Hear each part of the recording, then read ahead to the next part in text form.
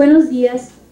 Sean todos bienvenidos a este panel de análisis sobre la reforma educativa. Agradecemos la presencia de nuestros panelistas, que en su momento serán debidamente presentados por quien en esta mañana nos hace el honor de fungir como moderador de este panel. Muchas gracias a nuestros invitados especiales, comités ejecutivos seccionales 2 y 37 del Sindicato Nacional de Trabajadores de la Educación, padres de familia, medios de comunicación y especialmente resaltar la presencia de nuestros exsecretarios generales y representantes del Comité Ejecutivo Nacional. A continuación, solicitamos al secretario general de la sección 37 del Sindicato Nacional de Trabajadores de la Educación de la bienvenida y la exposición de motivos de este panel. Buenos días a todos los asistentes. Primeramente, agradecer a todos ustedes el motivo de este panel, con vistas precisamente a involucrarnos más en lo que corresponde la reforma constitucional y que puede venir a ser una reforma educativa también posteriormente. Agradecer la presencia del diputado Gregorio Carranza,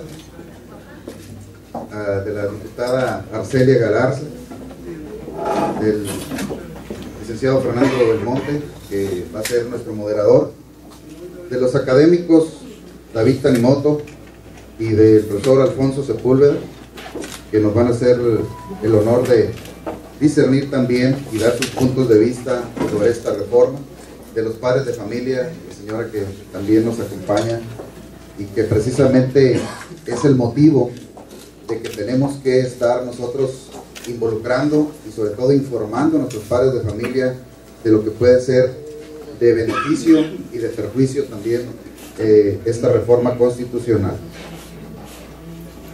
Agradecer de nueva cuenta a la Comisión de Educación, Cultura, Ciencia y Tecnología de esta 20ª legislatura que preside el profesor Gregorio Carranza.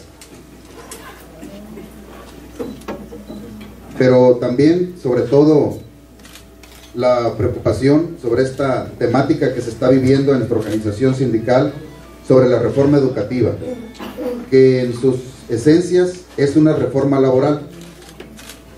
Y pues me da mucho gusto saludar igualmente a mi compañero Alejandro Gudiño de la sección 2, que en este compromiso y en este trabajo pues estamos trabajando de una manera coordinada por instrucciones del Comité Ejecutivo Nacional de nuestra organización sindical. El CENTE, en especial aquí el Magisterio de Baja California, y en particular, bueno, las secciones 2 y 37, estamos conscientes de la diversa problemática del México de hoy, donde existe una gran gama de diferencias regionales, así como rezagos, que en suma se convierte en una seria limitación para que nuestra sociedad pueda tener un desarrollo educativo sustentable. Por ello, la imperante necesidad de insertarse adecuadamente en la sociedad del conocimiento y lograr que la educación pública sea una política de Estado, con la corresponsabilidad de todos los actores que estamos inmersos en el ámbito educativo. El CENTE, estamos por las reformas, estamos por un cambio estructural del sistema educativo de alto calado, para pasar de una escuela popular que hoy no responde de manera favorable a los nuevos tiempos y retos de una educación globalizada. Esto se refleja desde las reformas de los planes y programas en las normales. Las fallas actuales del sistema educativo no son responsabilidad del CENTE. La reforma al artículo 3 no es otra cosa más que la legalización de los acuerdos del CENTE en el sistema, con el sistema educativo. La educación no es un fenómeno aislado, es un proceso social en el que todos tenemos algo que hacer con la educación, donde cada uno de los actores, el gobierno, el padre de familia, el CENTE, tienen una responsabilidad. Estamos de acuerdo con una reforma educativa, sí, pero con una reforma educativa que garantice gratuidad, laicidad, evaluación, capacitación, actualización profesional, estructural, equipamiento y planes y programas de estudio ajustados a la realidad del mundo actual, que plantea y que no ponga en riesgo sobre todo la permanencia de los trabajadores. no a la privatización de la educación. El único patrimonio para los ciudadanos es la dignidad y la equidad, así como las posibilidades de competitividad, de ser más productivo y buscar la cohesión nacional. El maestro es un profesional que siempre ha estado comprometido con las mejores causas de México. Ha enseñado a niñas y niños el aprecio de los valores, la defensa y el en pleno ejercicio de sus derechos. ¿Cuáles son las implicaciones que observamos en la reforma del artículo 3º constitucional, como lo plantea el decreto de reformas y edición? Precisamente es lo que necesitamos que todo el pueblo sepa, que no se expliquen solamente las bondades, sino también los riesgos que pueda haber en esta posible reforma. La educación al artículo genera incertidumbre derivado específicamente en la fracción tercera, en la que establece que se fijan los criterios y términos y condiciones de evaluación obligatoria para el ingreso y la promoción, el reconocimiento y la permanencia en el servicio profesional. Evaluar no es calificar, sino medir dónde se encuentran nuestras fortalezas, así como nuestras debilidades académicas. Es a lo que se refiere el rendimiento escolar, así como el proceso de enseñanza-aprendizaje del alumno, donde el alumno interviene. Otros factores que ya forma también parte de este multifactorial problema son también la desintegración familiar, la influencia de los medios de comunicación, así como el mismo entorno donde se desenvuelven los alumnos. Si todos estos factores que influyen en el proceso de enseñanza-aprendizaje del alumno no se responsabilizan, es inaceptable, así como irresponsable, culpar al CENTE de esta problemática. Educar es tarea de todos. La evaluación que se plantea debe de ser precisamente para detectar alguna debilidad que el docente pueda manifestar, pero también la obligación del gobierno y del sistema educativo es precisamente actualizarlo para que se vea reflejado en la educación de nuestros niños y jóvenes. De esta manera, estas reformas que fortalecen la autonomía en una parte de la autogestión del directivo, es precisamente donde tenemos que poner y detectar el riesgo. Tal riesgo consiste en que el Estado delegue a los padres de familia la responsabilidad del sostenimiento de las escuelas, afectando los principios de gratuidad, laicidad, obligatoriedad de la educación pública. También la profundización de las desigualdades y rezagos, la escuela pública de primera, segunda y tercera que puede aparecer, desaparición de los programas compensatorios tales como becas, desayunos escolares, etc. Desarrollo de empresas privadas en el interior de las escuelas, mediante la provisión de servicios, afectación en la situación financiera, administrativa y jurídica del centro educativo, sobre todo la violación de los derechos laborales y profesionales del personal que labora en cada escuela, porque el director estaría sujeto a una prueba y pasaría a ser un personal de confianza y no a tener el derecho escalafonario para ocupar dicho puesto. Esto es ahora, en lugar de avanzar, retroceder, al tener que los alumnos, maestros, padres de familia, resolver los problemas del Estado mexicano que corresponden, poniendo en riesgo la gratuidad de la educación, y ser estos quienes deban involucrarse en resolver los problemas de infraestructura, compra de material educativo, enfrentar los gastos de operación de las escuelas. El director prácticamente dejará de administrar el proceso de enseñanza-aprendizaje para dedicarse a administrar y recaudar recursos del gobierno federal, estatal y de los padres de familia para poder sacar adelante su encomienda. Esto es el motivo de este foro, que necesitamos que toda la sociedad esté involucrada, pero que sobre todo que conozcan el gran compromiso que el CENTE tiene de mejorar la calidad de la educación. El compromiso es de estar del lado de los padres de familia, de la sociedad en general, en la búsqueda de mejorar la educación de México, que debe ser más competitiva y sobre todo acorde a la actualidad de este siglo XXI que vivimos. En esto tenemos que estar todos presentes y lo más importante es que esto se difunda, que la sociedad sepa que el CENTE no está en contra de las reformas, al contrario, que somos factores de cambio, que seremos un factor comprometido con el gobierno siempre y cuando no se pongan en riesgo los derechos de los trabajadores que a lo largo del tiempo se han venido logrando, y sobre todo que tenemos ese gran compromiso con ellos. Muchas gracias. A continuación, cederemos el micrófono al reconocido periodista y subdirector de comunicación social en el Congreso con 30 años de experiencia en el medio, licenciado Fernando del Monte Ceseña, para dar inicio a este panel. El estudiante regresa a su estado natal, ya titulada como licenciada en español, a laborar en el Instituto de Servicios Educativos y Pedagógicos, y es ahí donde comienza su carrera política sindical como representante de centros de trabajo, integrante de comités ejecutivos delegacionales, coordinadora regional y secretaria general de la sección 2 del CENT. Sin embargo, sus inquietudes no solo han sido sindicales, también ha tenido actividad partidista, presidenta de la Asociación de Mujeres en Acción por México, candidata a diputada federal suplente por el PRI, actualmente diputada de la 20ª legislatura del Congreso del Estado de Baja California por el Partido Nueva Alianza y presidenta de la Comisión de Trabajo y Previsión Social.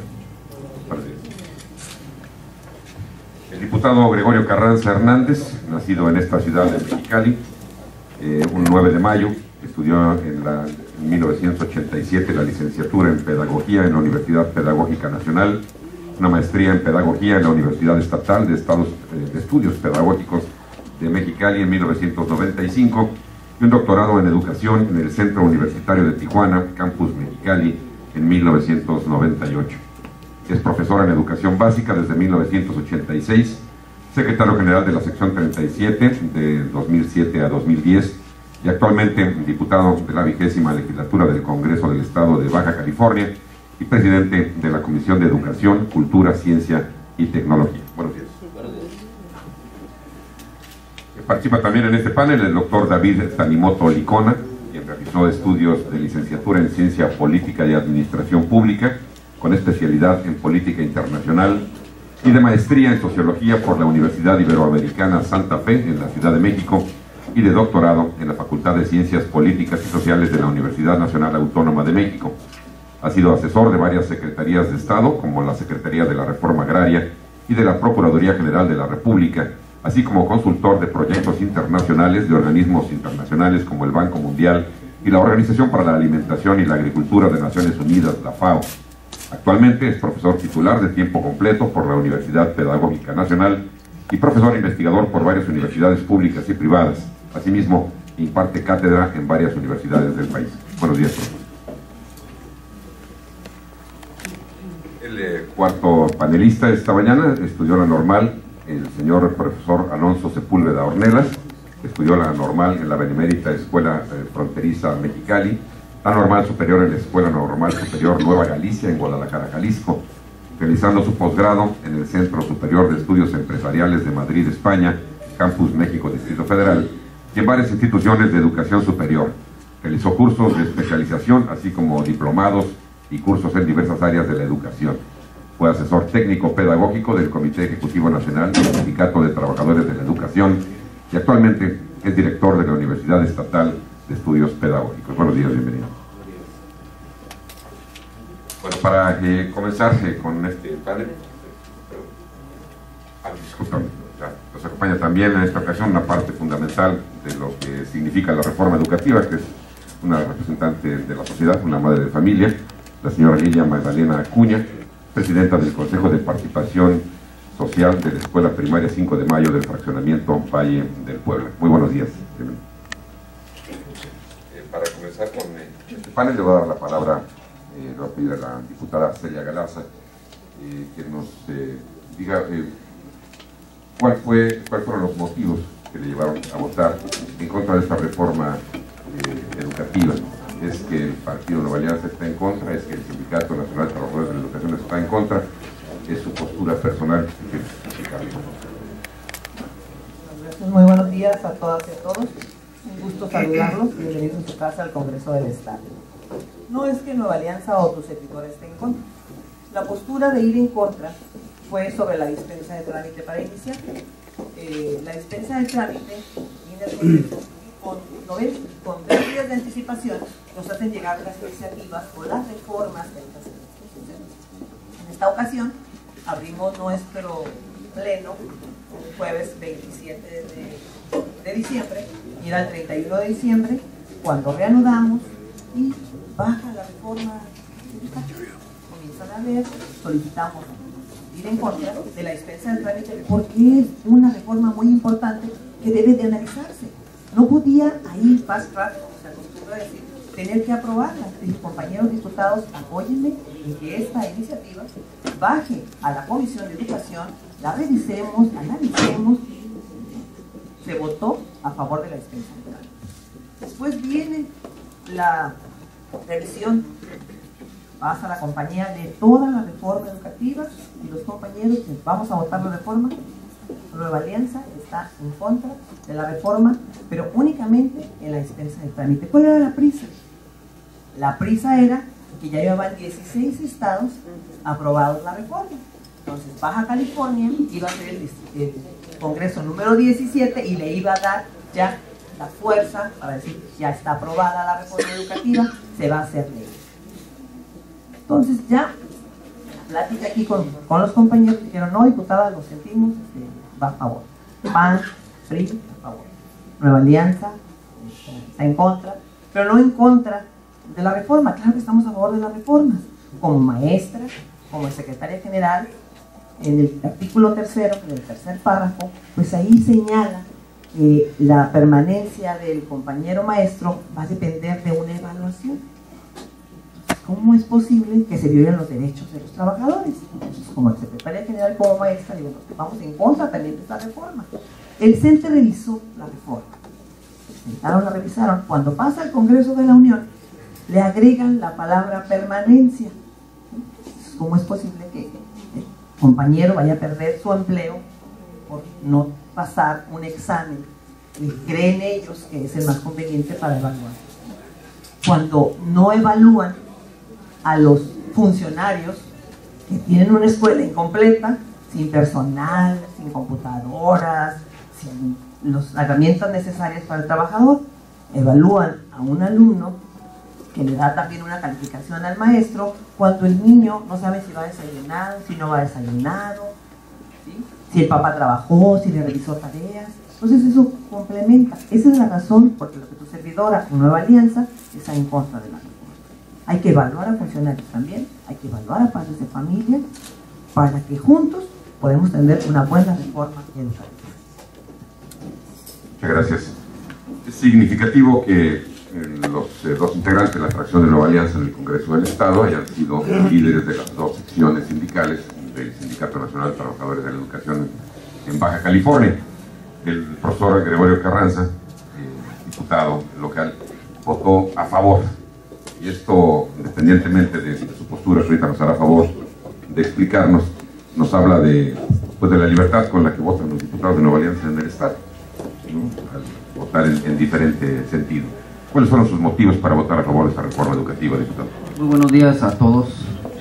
Saludo con aprecio a la representación nacional, que hoy se encuentra aquí en este panel, y a los ponentes con un prestigiado currículum que fue puesto, pero además con un reconocimiento ante la comunidad y sus propios alumnos. Bueno, el tema educación, sin duda que no bastaría este panel para discutir, ni tampoco la reforma que recientemente aprobó el Congreso de la Unión. Fíjense nada más, nuestros diputados de Nueva Alianza se abstuvieron a nivel federal. Y desde luego votamos sin coacción, con un contenido muy importante. Aquí, ¿cuántos maestros hay que han aplicado el examen? ¿O cuántos maestros me tocó visitar a mí cuando fui dirigente de la sección 37? Para anunciarles y decirles que el paso a seguir era un examen de oposición para plazas, y también generó resistencia. ¿O cuántos compañeros y compañeras de repente ubicaron que este contenido era perder una prestación, cuando las exigencias de la sociedad nos daban y requerían decir que la oxigenación, en este caso del sindicato y en ese tiempo, era precisamente brincar esa etapa ya de ubicación de las plazas por las acusaciones que todavía se siguen haciendo, existen nivel de plazas, y era necesario precisamente dar ese paso. O el pacto mismo de la educación que se ha firmado. Entonces, hablar de una reforma educativa en este panel, o muchos más que se van a dar sin duda, o una votación que haya sido en este Congreso, no podemos ir desde luego nosotros mismos proponer unas cosas y luego contradecirlas. Quizás por eso la decisión de ir en abstención de nuestros diputados federales. Y obviamente, si se hubiera tenido mayoría de nuestros diputados en un Congreso de la Unión, las cosas quizás fueran diferentes en el plano nacional, en el terreno educativo. Y entonces tendría sentido social una educación popular, una educación pública. A lo mejor algún día lo es. Mientras tanto, yo creo que estamos muy distantes de lo que pensaba la educación rural, la escuela rural mexicana, de lo que pensaban aquellos maestros antes del 72, cuando existían los planes y programas y los grandes pedagogos, y cuando era posible todavía los desayunos escolares, lo que hoy se intenta con escuelas de tiempo completo. Y entonces esta reforma, desde luego que tiene contenidos importantes y que hay que defenderlos, por supuesto. No diría yo que en los congresos, ni locales ni nacional, ni federal, porque no hay los suficientes diputados para tener mayoría y votar lo que quisieran, o las necesidades que nos consta como maestros, lo digo también como maestro, de lo que requiere una escuela pública, de grandes necesidades que se tienen.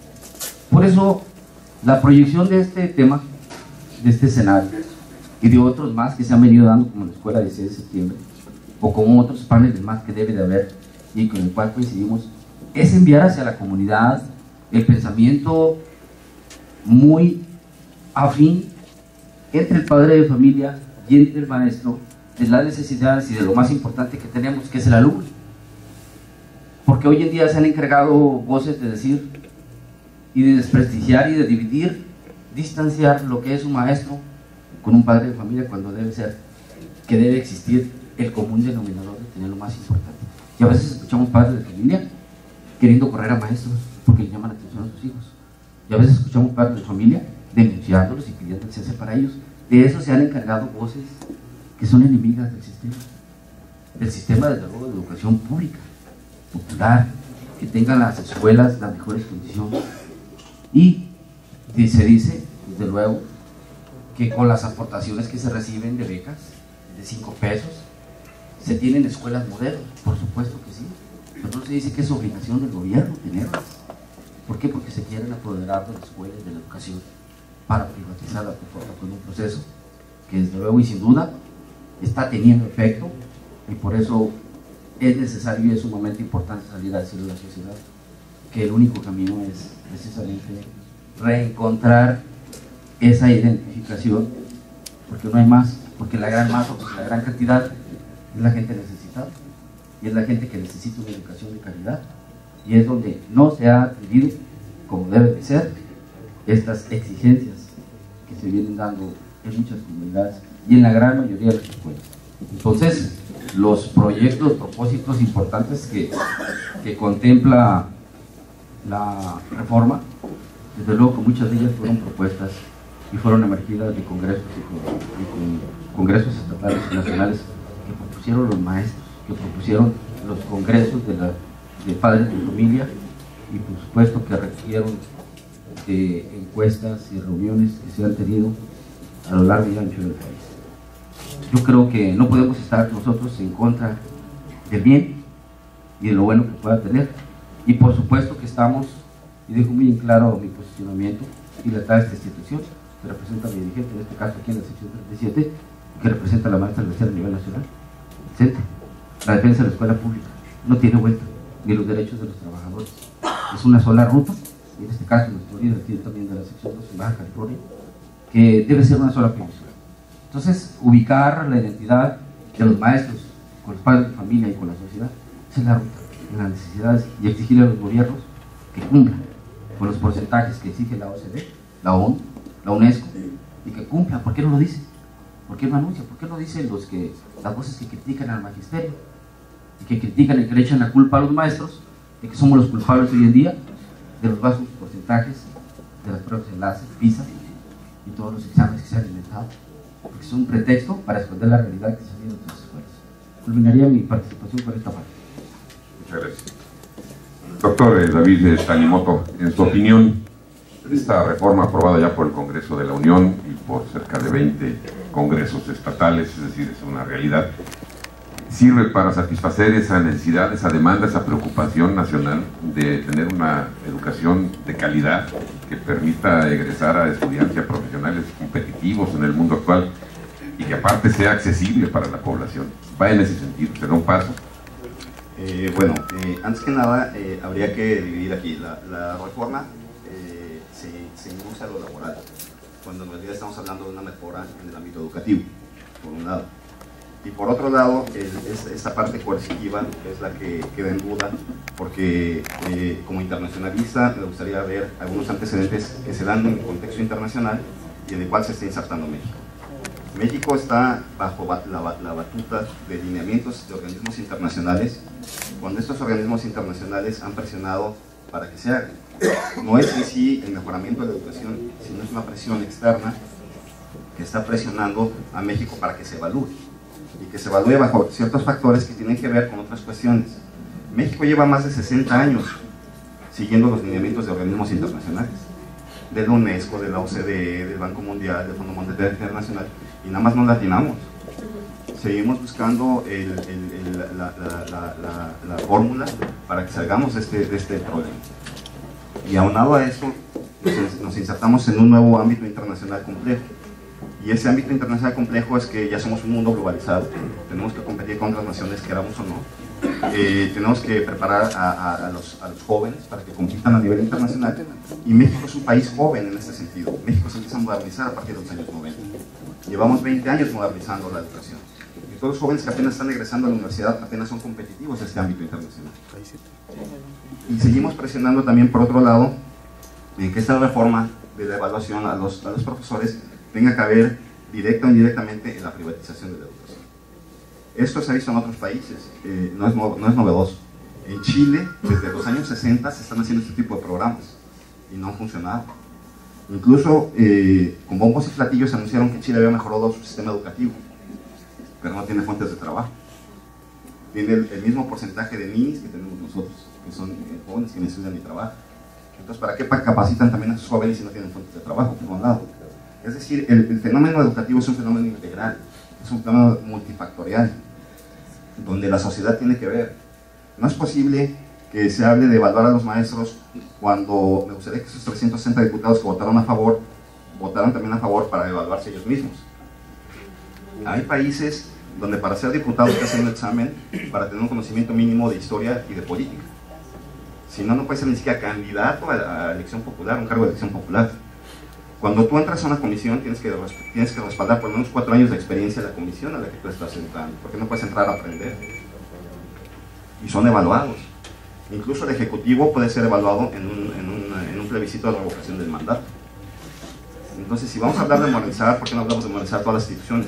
Y esto es importante, ¿por qué? Porque cuando hablamos de los planes que han tenido trascendencia nacional y que no han logrado el impacto, ha sido por decisiones políticas. El Plan Nacional de Educación de 1977 tenía un diagnóstico perfecto de la situación del país. Y cuando se empieza a ejecutar, se viene abajo porque cambian al secretario de Educación, y el secretario de Educación que llega no tiene ni idea de lo que estaba hablando de la educación. Entonces, hablamos de profesionalizar a los maestros y hacer un servicio profesional de carrera cuando realmente en la administración pública no lo hay. La única secretaría de la administración pública que tiene un servicio profesional, por obvias razones, es la Secretaría de Salud. El secretario tiene que ser médico, si no, no sabe lo que se están hablando. Y si eso lo unamos, que durante los años 60 se impulsó mucho los institutos de investigación médica, estamos hablando que hoy en día están dando resultados. Hoy somos vanguardia en medicina a nivel mundial. Y que llama mucho la atención cuando se critica la educación pública, cuando el premio Nobel que tenemos es egresado de la UNAM. Cuando de las 100 mejores universidades del mundo, en los lugares más o menos 50, 60 está la Universidad Nacional Autónoma de México. La escuela que le sigue es una particular, que es el Tecnológico de Monterrey, y está en el lugar 764. Entonces, ¿qué criticamos de la escuela pública? Sin lugar a dudas es semillero de cultura la Universidad Nacional Autónoma de México. Muchos aquí en el estado son egresados de ahí, tienen hasta grupos. Entonces, cuando hablamos de educación, debemos hablar de una cuestión multifactorial, que no es únicamente la educación y mucho menos los maestros. El problema viene desde arriba y el Estado debe de asumir su responsabilidad. Si hay decisiones que se toman mal en un país, vienen de arriba para abajo, no de abajo para arriba. Si ha habido un proceso histórico en este país donde hablamos de forjadores de la historia de este país, son los maestros, sin lugar a dudas. Y que por errores políticos o por coyunturas políticas se ha venido abajo todos estos grandes avances. Por eso yo creo que es importante, sí, realmente, como señalaron, no hay tiempo suficiente para hablar de todo este problema. Es un problema que sí debemos de enfrentar todos como sociedad y que debemos de aceptar que los organismos internacionales están presionando para que se lleven a cabo estas reformas que no han funcionado en ninguna parte del mundo. Y que cuando hablamos de cambios de las sociedades, hablamos de que el Estado los promueve. Ningún país ha salido de pobre sin un Estado fuerte y que diga cada una de las partes que le corresponde. Y dentro de los puntos nodales para que estos países hayan sido fortalecidos está la educación. Entonces necesitamos programas, planes a corto, mediano y largo plazo. Ya no podemos tener programas de gobierno que terminen cada sexenio. Tenemos que hacer políticas de Estado en todos los ámbitos, no solo en la educación, que sean transeccionales. Estamos hablando de corto plazo 10 años, del mediano 20. Así le han hecho varios países que han salido del atraso económico y que ahorita son países pujantes. Han hecho reformas educativas a 50 años.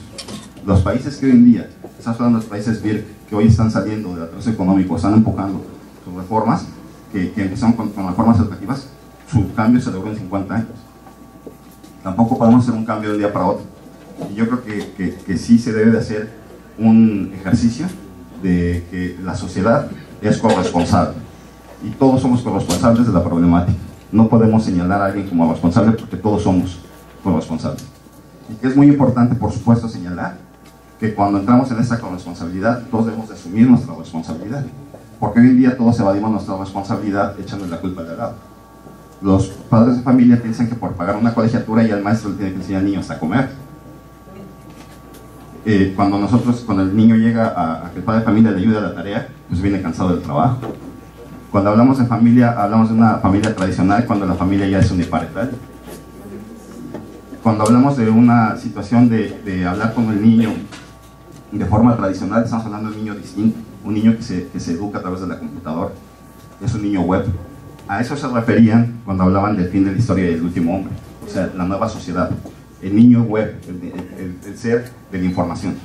Y ahí es donde se sustenta la reforma educativa a nivel internacional, donde se señala que si la sociedad es una sociedad de conocimiento, entonces tiene que empezar por evaluar la educación, porque es parte nodal de la evolución como punto fundamental del desarrollo de las sociedades. Pero si no entendemos la sociedad va a estar complejo. Tenemos maestros del siglo XX con alumnos del siglo XXI. Tenemos nuevas tecnologías cuando el maestro no sabe ni siquiera prender un cañón. Y cuando nos dicen que nos capaciten, o damos tutorías, o damos clase, o estamos en docencia, o nos capacitamos. Vaya, nos achacan muchos males, pero no ven lo bondadoso. No ven que nosotros dedicamos tiempo de más a calificar exámenes, a capacitarnos, a prepararnos. Eso nadie lo dice. Generalmente es mejor hablar de círculos viciosos que de círculos virtuosos. Por eso yo creo que es importante realmente sentarse a dialogar y ver qué es lo que se debe de hacer de forma integral. Gracias. Profesor Sepúlveda, con frecuencia las reformas en todos sentidos y sobre cualquier tema nos dejan insatisfechos. Siempre nos quedamos con la sensación como sociedad de que se quedan cortas. ¿Cuál es su punto de vista en relación a la reforma educativa?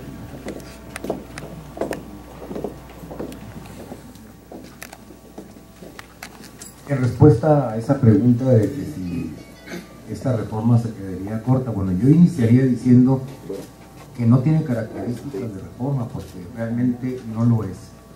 En primer lugar, ni necesidad había de hacer una reforma educativa cuando ni siquiera se ha cumplido ni se ha evaluado ni se ha cumplido con las reformas anteriores. Esta reforma, el maestro lo mencionó también, tiene tintes de reforma más bien una reforma que todo indica que es hacia el lado laboral. Una reforma inequitativa, porque aquí en ningún momento se ve la figura importante de la participación de la sociedad, del maestro menos. Y por otra parte, menciona mucho, recalca mucho que el Estado debe retomar la rectoría de la educación. Se me hace un término demasiado vergonzoso para el Estado. Es muy vergonzoso. A lo mejor lo podemos comentar a manera en el interior de comentarios sobre problemas educativos, pero comentarlo así hacia a dar motivo a opiniones internacionales sobre esa vergüenza de reconocer que no ha tenido la rectoría. Ese retomar la rectoría es un mensaje dirigido al Sindicato Nacional de Maestros. No lo dicen, pero se ve. Entonces, señalan que el Sindicato Nacional de Maestros de la Educación tenía la rectoría. ¿Cómo es que pudiera haber tenido la rectoría? Desde hace muchos años es el sindicato el que propone acciones para la calidad de la educación, el Acuerdo Nacional para la Modernización de la Educación, carrera magisterial, Alianza por la Calidad de la Educación. El mismo sindicato propone que se realice un examen para la obtención de plazas. Entonces, yo creo que cuando el sindicato ve que no hay participación del Estado en involucrarse en acciones que tengan que ver con la calidad de la educación, como corresponsales también, en la parte que le corresponde, participan. Participé muchos años dentro del grupo de asesoría técnico-pedagógica del Sindicato Nacional, y ahí pude vivir momentos muy importantes en el que participábamos equipos con la reforma de planes de estudios en las escuelas normales, con carrera magisterial y con otras actividades en las que en el sindicato, preocupado porque aportáramos los maestros a través de nuestra organización sindical, que aportáramos a que todos esos proyectos de la SEP tuvieran calidad. Y en ese sentido, pues ahora se señala la organización de alguna manera como la parte que tenía la rectoría de la educación. En ningún momento aquí se menciona que hubo aportes por parte del sindicato. En ningún momento se señala que el esfuerzo de los maestros, pese a las condiciones económicas, pese a las condiciones de las escuelas, por falta de equipamiento e infraestructura adecuada, han trabajado a pesar de. Entonces, otra de las partes que señala y que me parece muy peligrosa y que ya se mencionó, es que en un momento dado, esa autogestión que mencionan para las escuelas, esa autonomía que no está clara y que pudiera terminar en detrimento de la educación, pues está preocupante, porque como que una escuela le dan facultades de autogestión, es decir, que el director va a tener que buscar la manera de ver cómo mejora el trabajo escolar, el resultado escolar, la infraestructura. Eso es peligrosísimo para la educación. Entonces, no es una reforma, sino es una intención, como se ha dicho, es una intención perversa de deshacerme del compromiso y dejárselo a los maestros. Pero por otro lado, si no cumples, no vas a tener permanencia. Exactamente. Yo creo que hay muchas opiniones y hay muchos medios también que por un lado satanizan al sindicato, satanizan al maestro, pero que también le dan la razón.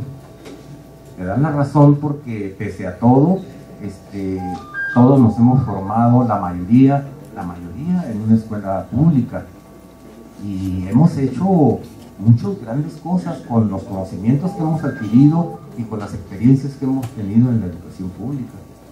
Ahora, esa autogestión que se menciona mucho en las escuelas, pues es algo que el maestro hacía por su vocación como maestro. Los maestros que construyeron escuelas, los maestros que equipan sus escuelas, realizando actividades.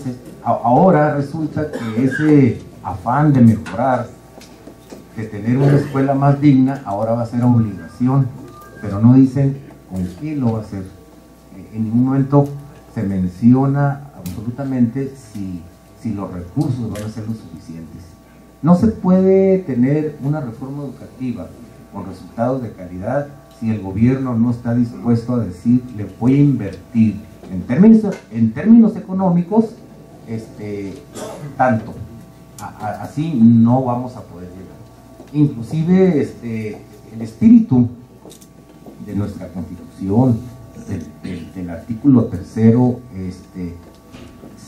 se contrapone con esa reforma en el que está prácticamente señalando y dañando los intereses laborales de los maestros, que finalmente son los que damos la cara a la sociedad, que finalmente los maestros somos los que recibimos las críticas fuertes de los padres de familia, de la sociedad en general, de todos los sectores, y que tenemos que resolver los problemas educativos que se van presentando.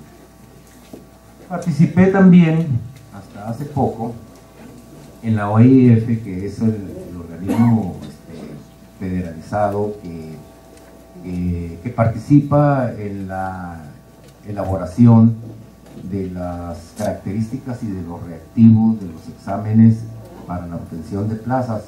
Y verdaderamente en esa cantidad de más de 100 elementos que participábamos de todos los estados, creo que deja mucho que desear los reactivos con que el maestro va a ser evaluado para la obtención de una plaza. Fíjense qué curioso.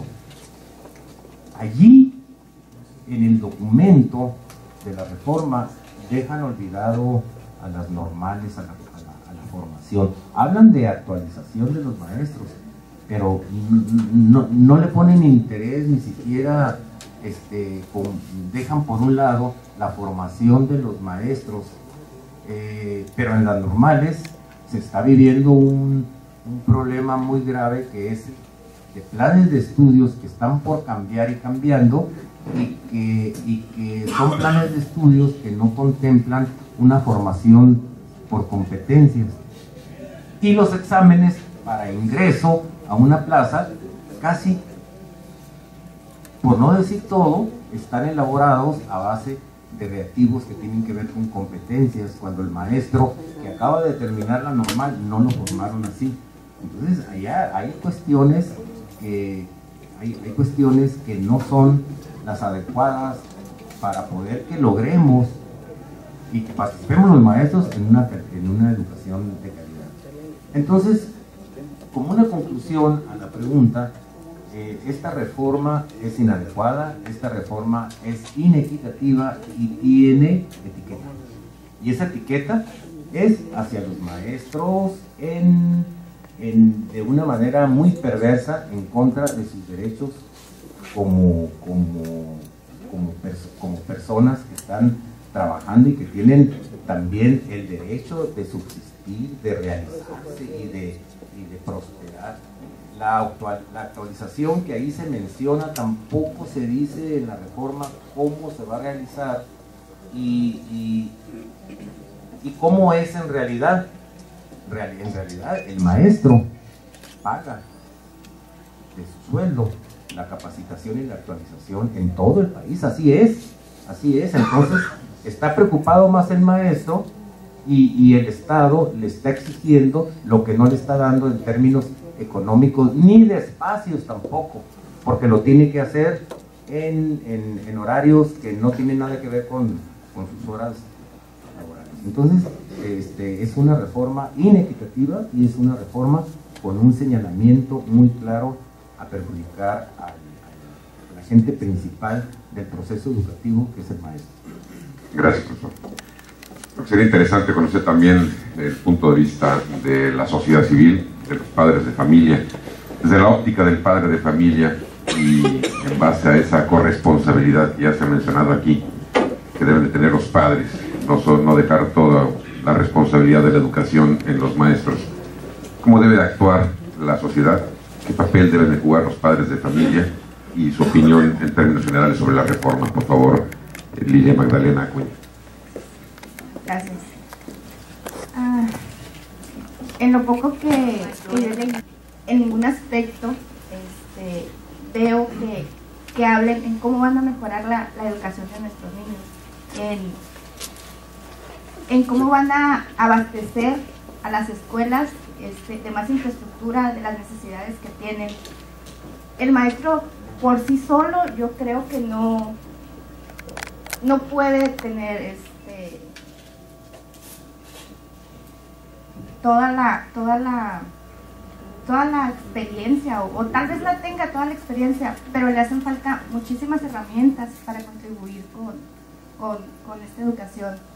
Por ejemplo, en el área donde mis hijos van, en la comunidad en la que están, es cierto que es una escuela muy joven, apenas tiene creo que 5 o 6 años de creada, pero es una escuela que no cuenta con una biblioteca, no cuenta con un aula de medios, no cuenta con canchas para que los niños jueguen. Es impresionante ver en una hora de recreo, y me gustaría que cualquiera de ustedes fuera a Valle de Puebla, a la escuela 5 de mayo en el turno vespertino, donde hay más de 100 niños a la hora del recreo jugando con un solo balón, porque no hay otra cosa que puedan hacer. O las batallas campales que tienen que andar los maestros evitándolas, porque no hay una biblioteca, no hay un espacio donde los niños puedan estar ni siquiera a veces sentados, porque se le ha pedido al gobierno que apoye con una biblioteca o con otras cosas y no lo hacen. Se critica mucho a los maestros, es cierto, como padres de familia siempre lo hemos hecho, pero también yo creo que hay buenos y malos elementos como en todos los gremios. Eso no nada más es cuestión de maestros, en todas las áreas los hay. Pero también el maestro hace una labor muy loable que a veces no nos damos cuenta. Y necesitamos el apoyo de las autoridades, necesitamos que se acerquen a las comunidades y que se den cuenta que el niño vive en una casa sin nada, porque en esa colonia son casas muy pequeñitas, que las familias son muy grandes, tienen demasiados hijos, y a veces no solamente vive una familia, viven hasta 2, 3. En esa área hay mucha población flotante. Hay niños que es verdad que no comen en todo el día, porque no hay nadie en su casa que les pueda preparar, porque están encargados de los mismos hermanitos. Hay muchas reuniones escolares que tenemos que no asisten los padres de familia, porque o van a trabajar o van con nosotros, y si ellos no trabajan, los niños no comen. Entonces, ¿cómo va a aprender una criatura? Yo lo comentaba ayer, con hambre y con frío. Cuando a veces voy y dejo a mi hijo a la escuela y veo que con este frío hay niños que ni siquiera tienen una chamarra que los abrigue, y el gobierno no se acerca para ver eso. El gobierno no dice, ay, te voy a dar este apoyo escuela para que hagas esto. Es verdad, yo tengo conocimiento de que se dan las cuotas escolares por medio de Beca Progreso, pero también están restringidas a que no se puede hacer infraestructura en las escuelas, a que es pégale aquí, quítale acá, mantenimiento, pero nada más. O sea, lo verdaderamente importante no se puede hacer. Entonces, como padres de familia, no podemos.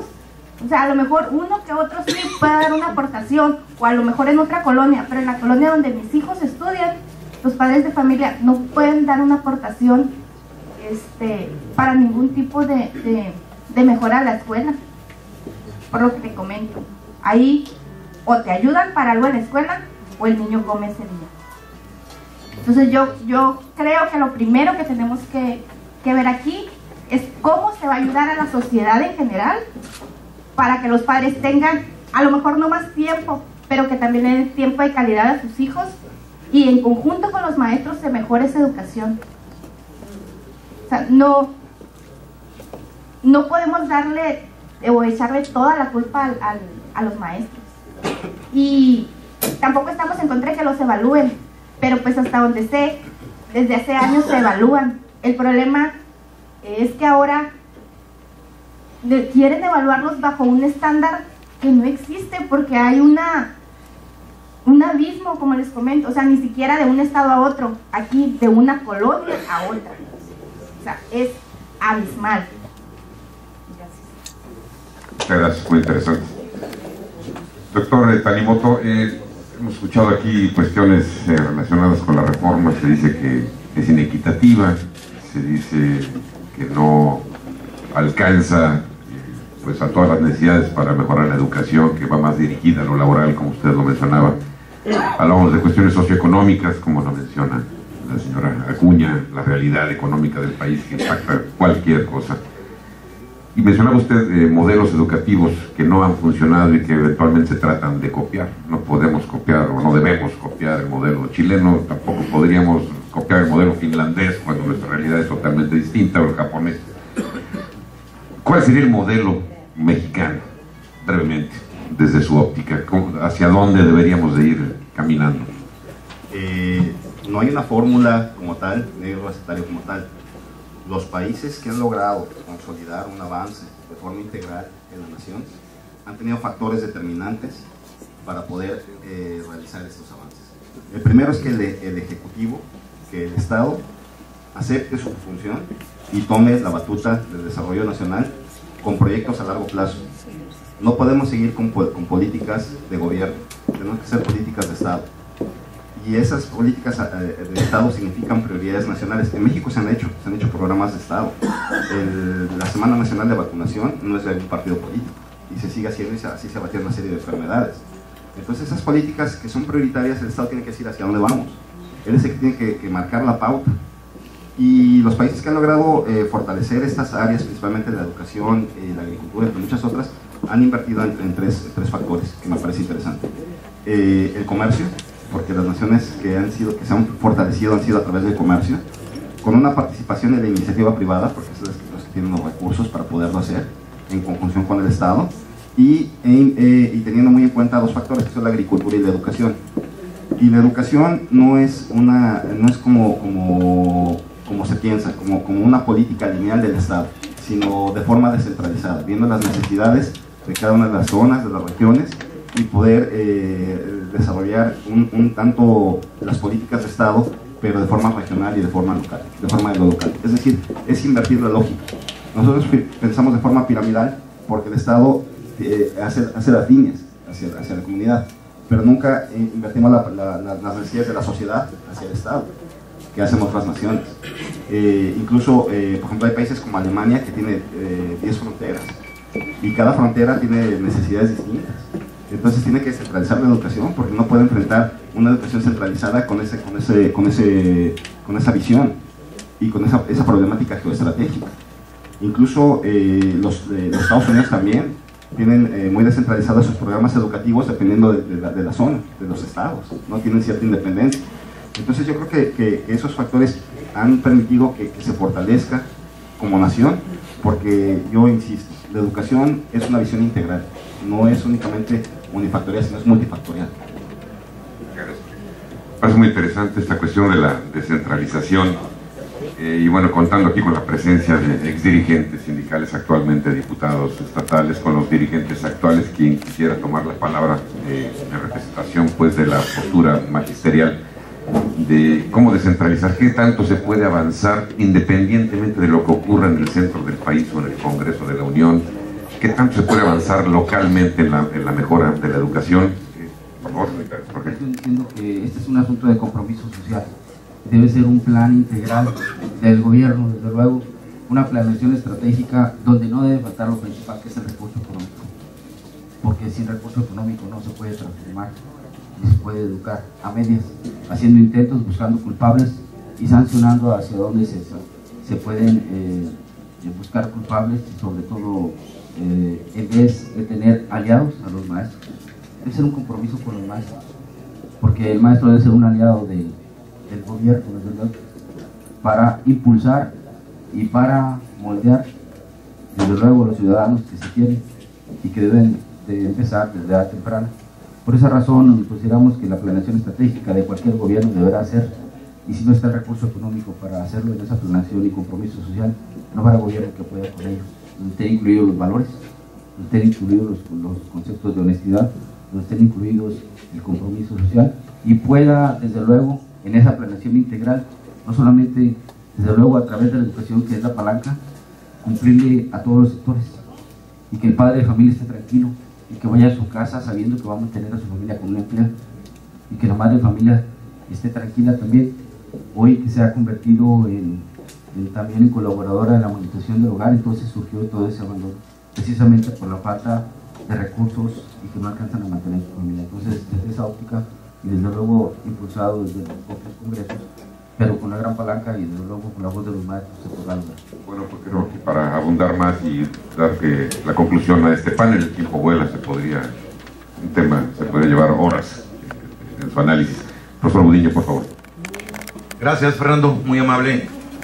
Aprovecho, me tocaba dar las conclusiones de las participaciones aquí de los amigos que nos han hecho favor de participar como panelistas, tanto la señora Lidia Magdalena Acuña, que le agradecemos su presencia en este panel, y el maestro Tanimoto, doctor Tanimoto, por su tan atinada participación, la presencia del doctor Sepúlveda también, gracias por su participación, de los dos diputados que hoy nos abren la puerta del Congreso para participar a través de la Comisión de Educación y de la Comisión de Trabajo, y obviamente la presencia de la representación nacional y de mi amigo y compañero Alberto, pero también no podemos dejar de lado la excelente conducción de Fernando. Y bueno, no sé si quiere, Fernando, aprovecho de una vez y me voy de filo, iniciando con tu pregunta. Primero, ligo tu pregunta con una parte de lo que respondía el doctor Carranza, el diputado Carranza, en el sentido de que él hablaba de que se quería recurso. Pero este país no ha entendido que para poder hacer las reformas que verdaderamente requiere y transformarlo, requerimos la reforma básica. Pero una reforma básica no como la quieren interpretar a veces el Estado mexicano o el legislador a nivel federal. Y me refiero a la reforma sendaria. Se piensa la reforma sendaria como una reforma que debe ser recaudadora y aumentar los ingresos de este país, cuando lo que debe pensar es que no debe ser necesariamente recaudadora, sino incentivadora, para que solo se generen las fuentes de trabajo, que genere el número de empleos, que aumente el consumo en este país, aumente el circulante, aumente la base de contribuyentes, de tal suerte que verdaderamente se pueda lograr un mayor ingreso para poder atacar la problemática de salud, de vivienda, educación y obviamente el gasto social que se requiere apoyar a aquellas zonas que se encuentran deprimidas. Pero para eso tiene que ser una reforma sendaria que sea con un criterio federalista, en donde las entidades federativas no dependan del 70% de sus ingresos, en el caso de Baja California, de las participaciones federales. Y entonces están sujetas políticamente al centro del país.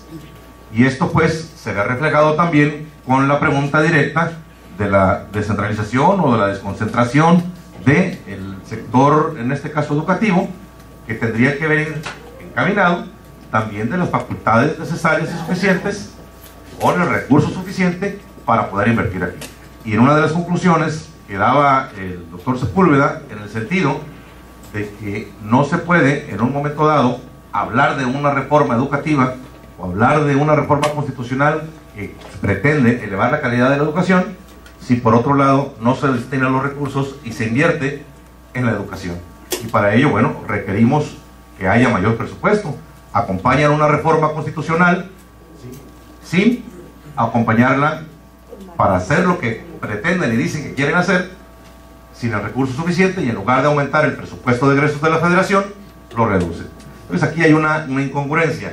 Por eso yo lo que siempre he sostenido en las problemáticas con las que nos hemos topado a lo largo de estos ya casi 2 años de gestión, es la falta de sentido común de quien toma las decisiones en este país, en cualquiera de los niveles de gobierno, en cualquiera de las instancias y en cualquiera de las categorías.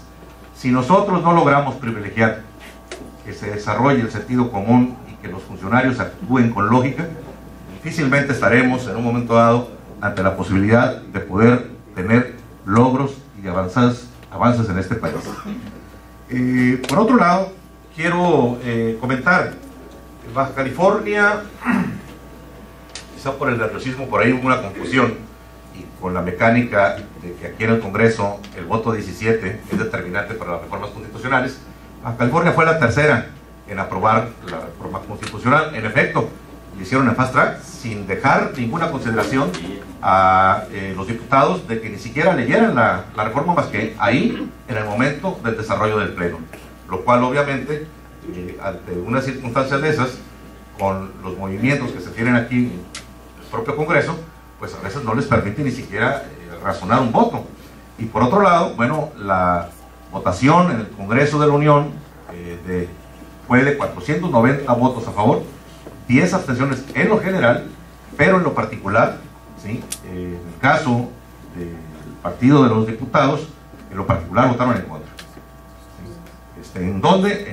En lo que es la fracción tercera, en lo que tocaba a la cuestión esta de la permanencia, y en lo referente al punto que tocaba de la autogestión el doctor Sepúlveda, que tiene que ver con la ahora obligación, ¿sí?, de los directores de ser los líderes de su escuela, pero no para el desarrollo del proceso educativo, sino ahora ya serán administradores de los recursos, porque bajo su liderazgo deberán resolverse los problemas de infraestructura, compra de material educativo y gastos de operación, con la participación alumnos, maestros y padres de familia. Entonces aquí le están trasladando y abriendo una puerta a lo que nosotros decimos que pudiera ser una privatización, o abriendo la puerta para que regresen aquí en Baja California, que ya habíamos tenido un avance, ¿sí?, y que es un logro de esta gestión o de este periodo gubernamental, ¿sí?, de las cuotas escolares. Y ahora resulta pues que constitucionalmente el director tiene la facultad de poderlo hacer, y por encima de la reglamentación y de la legislación estatal, porque ahora sí, y fíjense nomás, y la gran contradicción de lo que se refería al doctor Sepúlveda, en un inciso de una fracción de un artículo transitorio se contrapone contra uno de los pilares, uno de los principios básicos de la educación en México, cuando refiere el artículo 3 en su texto que la educación debe ser pública, laica, gratuita, y bueno, nacionalista, popular, científica, pero finalmente un inciso viene a pegarle a la fracción, al principio básico, ¿sí?, que tiene una escuela pública, que es la gratuidad. Y por otro lado, bueno, también habría que destacar, en el sentido de lo que decía el doctor Tanimoto, de que la reforma pues es amenazadora, y es amenazadora en el sentido de que nos está condicionando la permanencia, o no nos dice qué va a suceder, pero por otro lado también habla de que esta obedece más a intereses que vienen del extranjero, en un mundo sí globalizado, en donde sí nos tenemos, y ya estamos insertos, y nos tenemos en un momento dado poner a tono, pero no en perjuicio de la sociedad y del pueblo de México, y que aquí, bueno, viene más en base a dictados, ¿sí?, internacionales, que a necesidades y respuestas a estas que se tienen en el país. ¿A dónde voy? Bueno, aquí la reforma hace una mezcolanza, porque además la preparan, por un lado, con los insumos que surgen del esfuerzo del Sindicato Nacional de Trabajadores de la Educación a lo largo de sus congresos nacionales de educación, retoman algunos de los puntos, la plasman, pero la mezclan, abre la puerta para que en un momento dado se pueda iniciar el traspaso y a empezar a desentenderse él de lo que es la educación. Son cosas que van quedando, que no se dicen, y que bueno, por aquí atinadamente alguien comentaba que el problema viene de arriba, pero también aquí el otro punto tiene que ver con el que la educación, que debe ser en beneficio del pueblo de México, en beneficio de la sociedad, en beneficio de todos sus sectores, viene de arriba hacia abajo mal planeada, no surge de las necesidades y de la realidad histórica de este país, y bueno, se convierte esto en un collage que, lejos de tener verdaderamente la posibilidad de que haya una reforma que resuelva los problemas de este país a largo plazo, una reforma de gran calado, nos encontramos con una reforma en donde se establece que el Estado mexicano recobra la rectoría de la educación, cuando vergüenza les debería de dar decirlo, porque entonces eso quiere decir que en un momento dado el gobierno, que debió haber mantenido la rectoría de la educación, la abandonó y la dejó al garete y en manos de no sé quién. Porque quiero decirles una cosa: la rectoría de la educación, el Sindicato Nacional de Trabajadores de la Educación nunca la tuvo, y nunca la tuvo porque nunca se reformó el artículo 3º constitucional donde le diera dicha facultad. Siempre ha estado la facultad en el artículo 3º para que sea el Estado quien tenga la rectoría de la educación. Y entonces, bueno, caray, pues tú tienes la facultad, la abandonas, no la ejerces. ¿Qué estás haciendo en contra de todos aquellos funcionarios de todos los niveles, desde el titular del Ejecutivo hasta el funcionario menor de la Secretaría de Educación Pública, que cometió tal agravio en contra de la nación? Pero además pareciera ser que dicen que con la reforma esta constitucional se resuelven los problemas de la calidad educativa en el país, y esto los niños por decreto presidencial ya son sabios. Bueno, entonces decía un compañero, hagamos una reforma constitucional para que se resuelvan los problemas de salud de este país, hagamos una reforma para que se resuelvan los problemas de vivienda de este país, hagamos una reforma constitucional para que se resuelvan los problemas de infraestructura y equipamiento de este país, y hagamos 10, 15 decretos en donde nos pondrán en el mundo perfecto. Una reforma constitucional no va a resolver el problema, porque ni siquiera, como lo decían atinadamente aquí quienes exponían, no nos establece ni nos dice el cómo, ni el con qué. ¿Sí? Y que bueno, lo peor que resulta de esto son los comentarios que nos hace el doctor Sepúlveda, en el sentido de que es inadecuada, inequitativa, y que va etiquetada o contra su dirigencia, o contra el sindicato, o contra los maestros en lo general. Si las dirigencias fuéramos los problemas, bueno, nosotros nos vamos, no hay problema, en beneficio del país. Pero esto va contra los maestros, y si acabamos con los maestros de este país, ¿con qué los van a sustituir? Si ni siquiera en las normales, con una adecuada planeación, les dicen, oye, ahora prepárame este tipo de maestros que les requiero en preescolar, ahora estos otros en primaria, ahora estos otros en secundaria, media superior, o superior inclusive, sino que ahí las dejan con una sobre oferta las normales hacia afuera o de egresados, y que salen y no tienen empleo porque no es lo que el sistema educativo está demandando. Entonces, empezando por ahí. Pero por otro lado, los maestros que este país tiene son los maestros egresados de las normales públicas y privadas de este país, que la autoridad educativa les autoriza sus planes, sus programas de estudio, ¿sí? El todo el desarrollo, inclusive el cómo deben conducirse y manejarse en la selección de que vieran en un momento dado a preparar. Entonces, señores, esto para la organización le queda muy claro que no son ni los maestros ni el sindicato quienes tienen la culpa de las deficiencias que pudiera tener la educación en este país. Creo que debe quedar muy claro dónde están quienes en un momento dado no han hecho la tarea, y ahí es donde se debe focalizar esto. Y por otro lado, bueno, yo agradezco la participación de Lidia Magdalena, porque creo que señala muy precisamente cuáles son los problemas que se tienen en las escuelas de infraestructura, de equipamiento, de lugares de esparcimiento, de espacios que requieren para verdaderamente desarrollarse, como bibliotecas, áreas de cómputo, y que por otro lado, bueno, el esfuerzo que hacen los maestros y el que en un momento dado la sociedad ya empieza a entender el evaluarlos, hay que ver cómo y para qué, porque si es nada más para satanizar, según interpreto de sus palabras, bueno, creo que se dan cuenta ellos que no se valen ni que es la regla.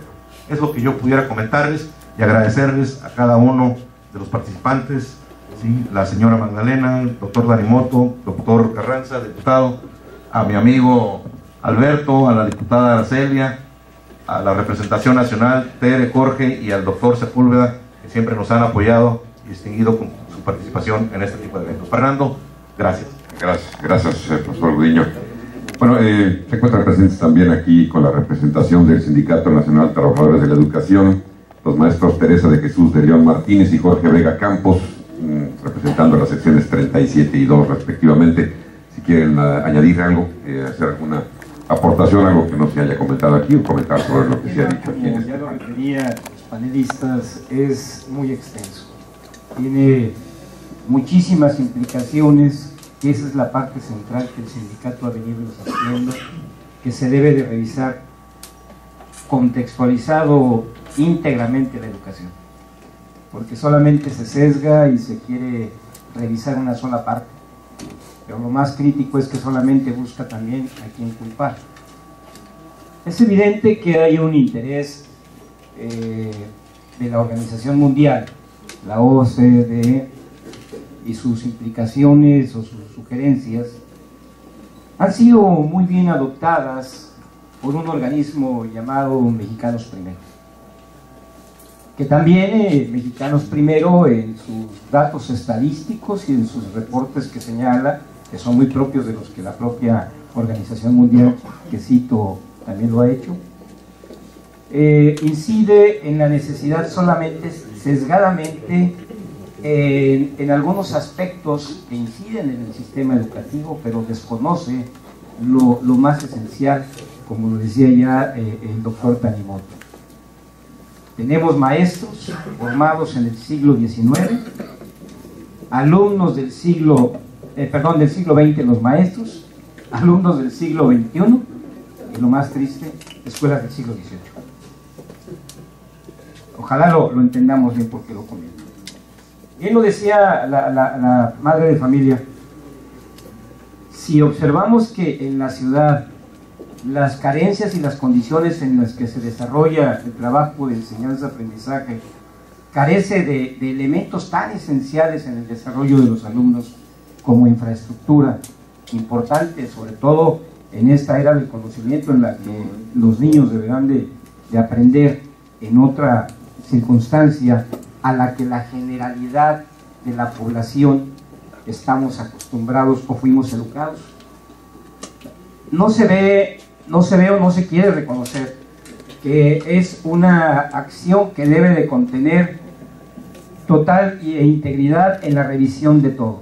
Decía nuestro amigo maestro que desde la apreciación de una reforma donde no se habla de qué contenidos, aunque sea de manera general, porque todos sabemos que desmenuzarlo es muy extenso, no se tocan tópicos que digan cómo reformar y cómo preparar desde las mismas normales, que también patéticamente nos comenta que en los cambios paulatinos que van teniendo las normales, van siendo preparados incluso hasta lo más grave, para ni siquiera enfrentar el examen al que van a enfrentarse para poder ocupar un empleo. Desde ahí observamos las enormes fallas que el sistema educativo tiene. Esta reforma, quiero subrayar que el Sindicato Nacional de Trabajadores de la Educación en ningún momento se ha opuesto a ella. La reforma contempla aspectos que históricamente el sindicato ha venido impulsando. La creación del Instituto Nacional de Evaluación de la Educación lo propuso el CENTE hace varios años. No tenemos miedo de evaluarnos, decía también la madre de familia, que me da gusto que estén enterados y los padres de familia se compenetren más en la tarea educativa. Dice, los maestros se están evaluando constantemente. Pues sí, Si revisamos que del 1.500.000 que casi somos en el país, cerca de 900.000 estamos en carrera magisterial. Para llegar ahí, nos evaluamos. Pues constantemente nos estamos evaluando y no tenemos temor a las evaluaciones. Lo que sucede es que las evaluaciones deben venir acompañadas con áreas de oportunidad para actualizarme. No olvidemos que la ley contempla el apartado B del 123, que es la que nos rige a nivel federal. Contempla la obligatoriedad del patrón a capacitar. Y aquí el patrón se ha sustraído de esa obligatoriedad. Lo mismo que hemos señalado reiteradamente nosotros, que el patrón también se ha retraído de su obligatoriedad en la gratuidad de la escuela. ¿Cuántos años no se satanizó a los directores, a los maestros, por pedir cuotas de cooperación en las escuelas? ¿Pero qué hacía el maestro? Para cubrir en esta temporada de invierno las aulas que no tienen vidrios, para sustituir un pintarrón que ya en aquellos tiempos que era el pizarrón no lo había, o a veces hasta para comprar la caja de piezas. Siempre teníamos que andar haciendo o sorteos, teníamos que andar buscando al político más inmediato para que nos pudiera apoyar, recurrir a determinadas instancias porque requeríamos ciertos materiales. El Estado no ha cumplido completamente con lo que le mandata la Constitución.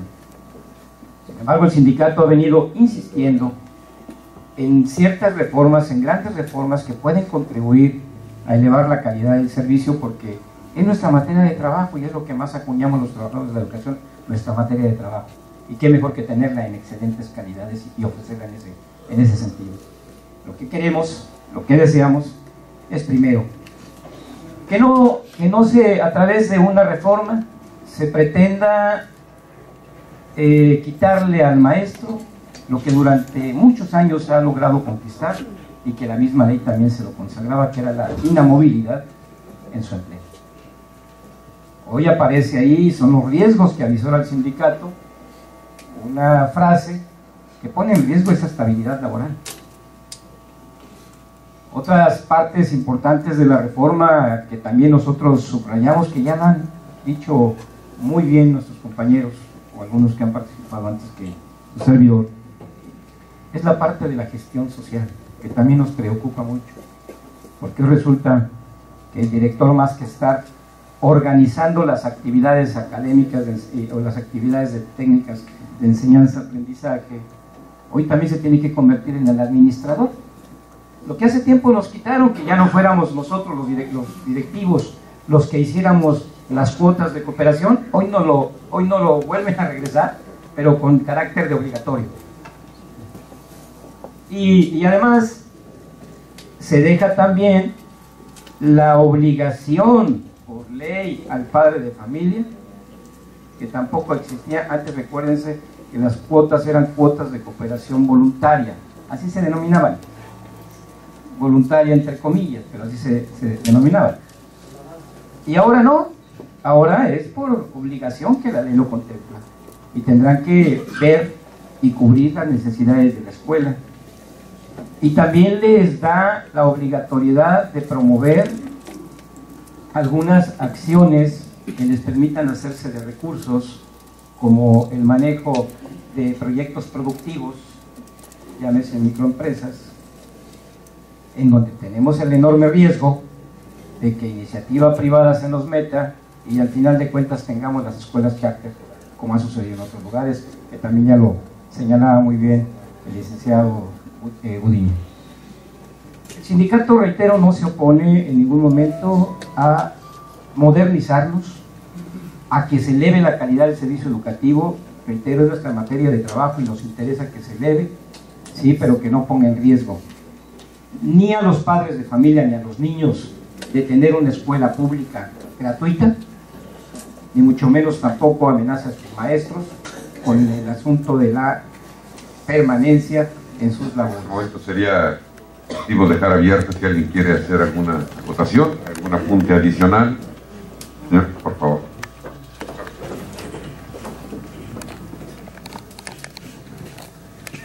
Yo solamente quiero hacer un llamado a todos los padres de familia a que nos unamos a la causa de los maestros, que a fin de cuentas es una labor muy loable la que se hace dentro de las aulas y son los principales forjadores de la educación de nuestros hijos.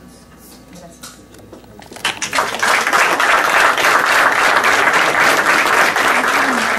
Hemos escuchado el punto de vista de nuestros panelistas. Les agradecemos su participación y agradecemos también a nuestros diputados por la realización de este evento. Esperamos que haya sido de su agrado, de todos ustedes. Por su asistencia, muchas gracias y que tengan un excelente día.